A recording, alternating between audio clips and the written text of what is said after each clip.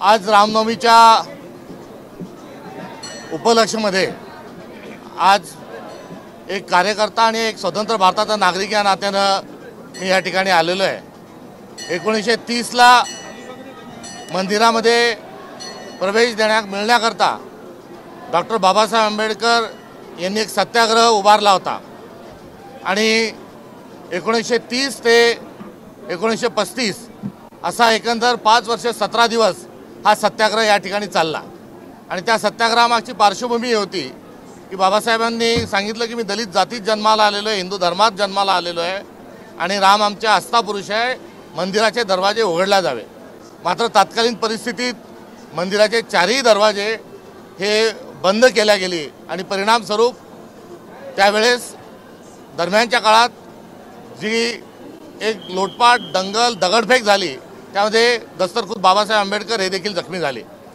पुढच्या वर्षी बाबासाहेब गोलमेज परिषदेला गेल्यानंतर त्यांच्या पश्चात दादासाहेब गायकवाडांनी त्या आंदोलनाची धुरा ही सांभाळली। साने गुरुजी या आंदोलनामध्ये सहभागी झाले।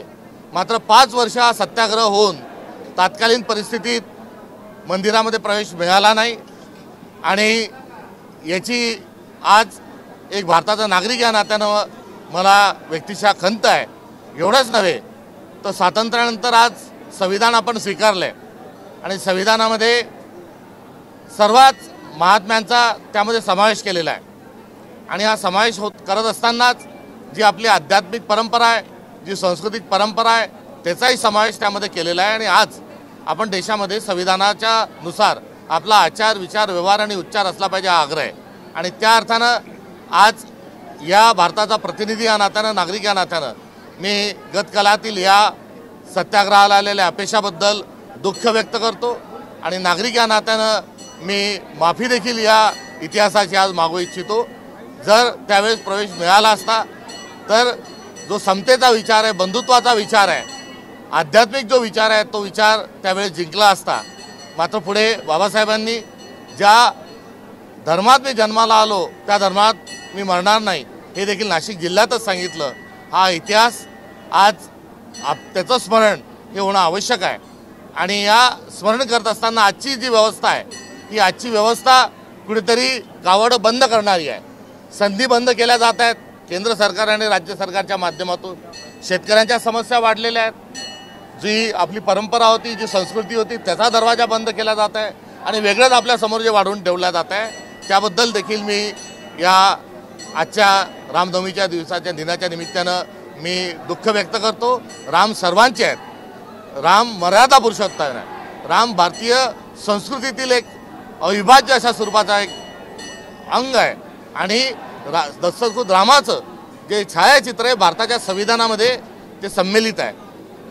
संजीवनी पर्वत घेऊन जाताना हनुमानाचंही चित्र हे भारताच्या संविधानामध्ये सम्मिलित आहे आणि असं जे संविधानचे निर्माते आहेत डॉक्टर बाबासाहेब आंबेडकर यांचा प्रवास आणि संविधानाची जी असणारी जी लिगसी आहे हिचं स्मरण आजच्या निमित्तानं करतो। म्हणून आज मी पहिल्यांदा काळाराम मंदिराच्या दर्शनाला येत असताना मी तेच भारताचं पवित्र संविधान घेऊन आज मंदिरामध्ये गेलो आणि रामाचं दर्शन घेतलं आणि समतेचा विचार, बंधुत्वाचा विचार, संविधानाचा विचार हा सर्वीदूर नांदला पाहिजे ही कामना या निमित्तानं मी व्यक्त केली। आणि हे होत असताना आज इतिहासाचे साक्षी आम्ही सर्वजण राहत असताना आज दादासाहेब गायकवाडांचा वारस जे कॅप्टन गायकवाडजी आहेत, कुणाल गायकवाडजी, ते या आजच्या या संपूर्ण परिस्थितीत आमच्यासोबत आहेत।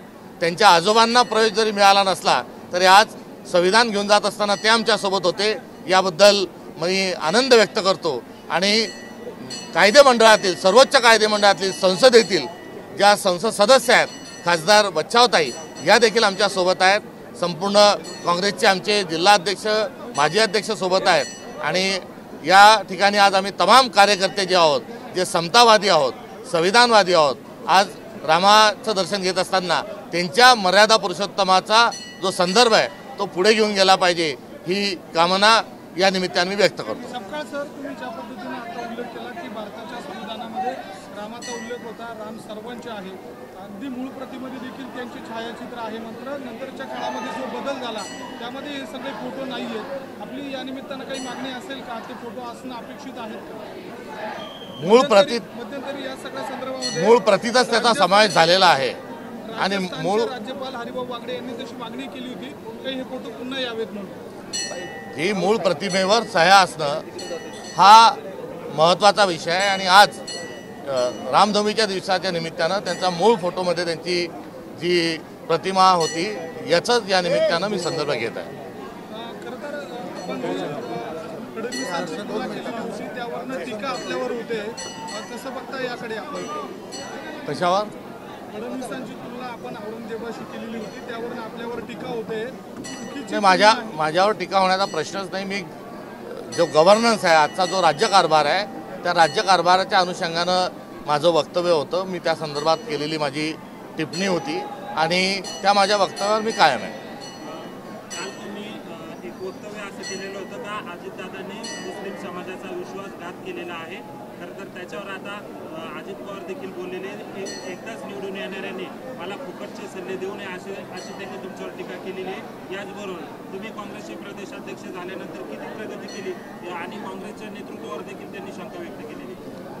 मी सत्य बोलल्यामुळे त्यांना राग आलेला आहे आणि त्याच्या आलेल्या रागातून त्यांनी केलेलं ते वक्तव्य आहे.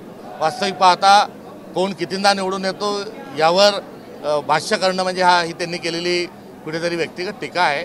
मात्र त्यांना माझा मूळ जो प्रश्न आहे की त्यांच्या संदर्भात मी आरसा दाखवण्याचं जे काम केलं आहे ते या कामामुळे त्यांना आरसा दिसल्यामुळे त्यांना राग येणं स्वाभाविक होतं. त्यातून त्यांनी चिडून केलेलं ते वक्तव्य आहे. तर त्यांचे जे प्रवक्ते आहेत त्या प्रवक्त्यांनी देखील सूर्यावर थुंकू नये अशा प्रकारचं वक्तव्य केलं आहे. म्हणजे त्यांना अजितदादांना सूर्य म्हणायचं आहे का, हा एक प्रश्न त्या निमित्ताने हा निर्माण होतो. त्यामुळे एकंदरीत त्यांची असणारी भूमिका जी आहे, त्यांनी जो भाजपचा बुरखा जो आणि भाजपचा अजेंडा जो त्यांनी स्वतः स्वीकारला आहे, या अनुषंगानं आम्ही केलेले जे वक्तव्य होतं त्या वक्तव्यावर मी ठाम आहे.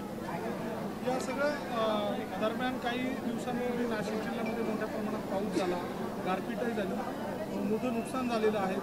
या सगळ्या दरम्यान मदतीची अपेक्षा शेतकऱ्यांना आहे.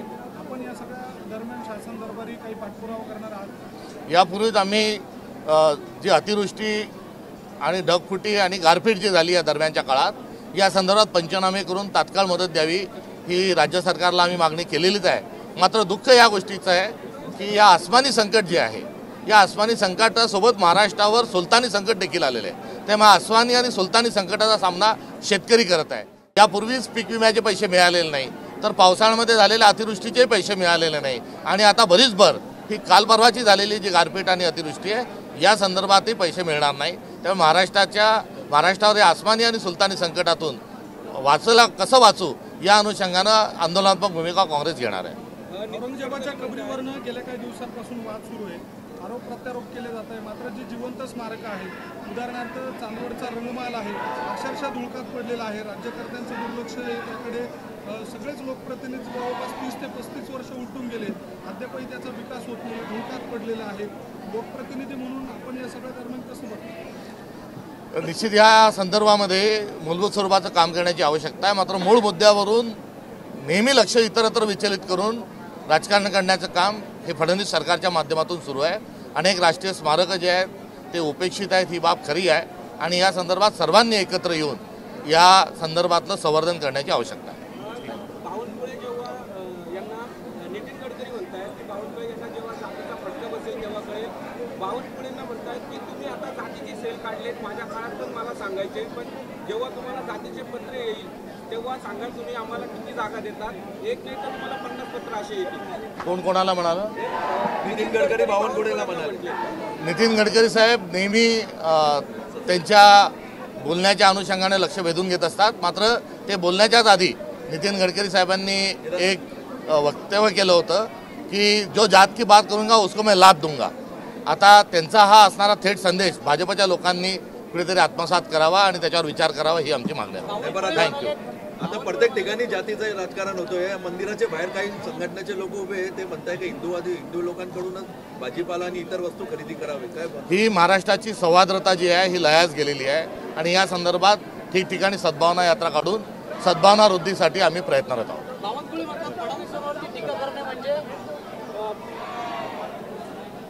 चला तो त्यांचा पक्षाचा अंतर्गत विषय आहे, त्याच्यावर मी भाष्य करणं योग्य राहणार नाही.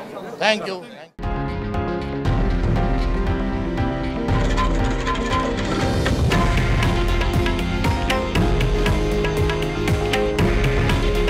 हे आहे देशातील नंबर 1 न्यूज नेटवर्क आणि आपण पाहत आहात TV9 मराठी.